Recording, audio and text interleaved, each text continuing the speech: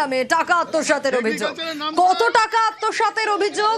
লক্ষাধিক টাকা আত্মসাতের অভিযোগ। আর এই ঘটনায় একজনকে পাকড়াও করা হয়েছে অভিযোগে। আরো একবার জানাবো, সরকারি চাকরির টোপ দেখিয়ে প্রতারণার অভিযোগ। কল্যাণী কৃষি বিদ্যালয়ে চাকরি দেওয়ার নামে টাকা আত্মসাতের অভিযোগ উঠে আসছে।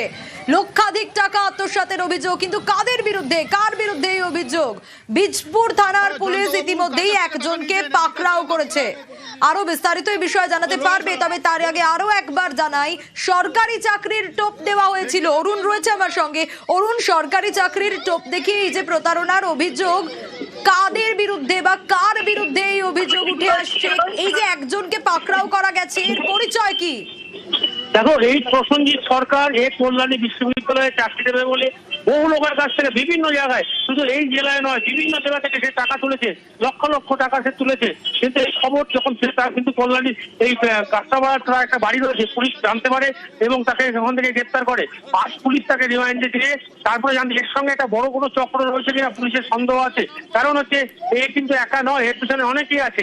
একে গ্রেপ্তার, একে পুলিশ রিমান্ডে দিয়ে নিজের কাছে নিয়ে এবার বাকিদের কিন্তু তল্লাশি চালানো হবে। কারণ এই কল্যাণী বিশ্ববিদ্যালয়ে চাকরি দেবে বলে আমরা জানতে পেরেছি প্রায় 30 থেকে 35 জনের কাছ থেকে কিন্তু টাকা নিয়েছে। শুধু মানে বিভিন্ন জেলা থেকে এই টাকাগুলো সে তুলেছে বলে আমরা জানতে পারছি।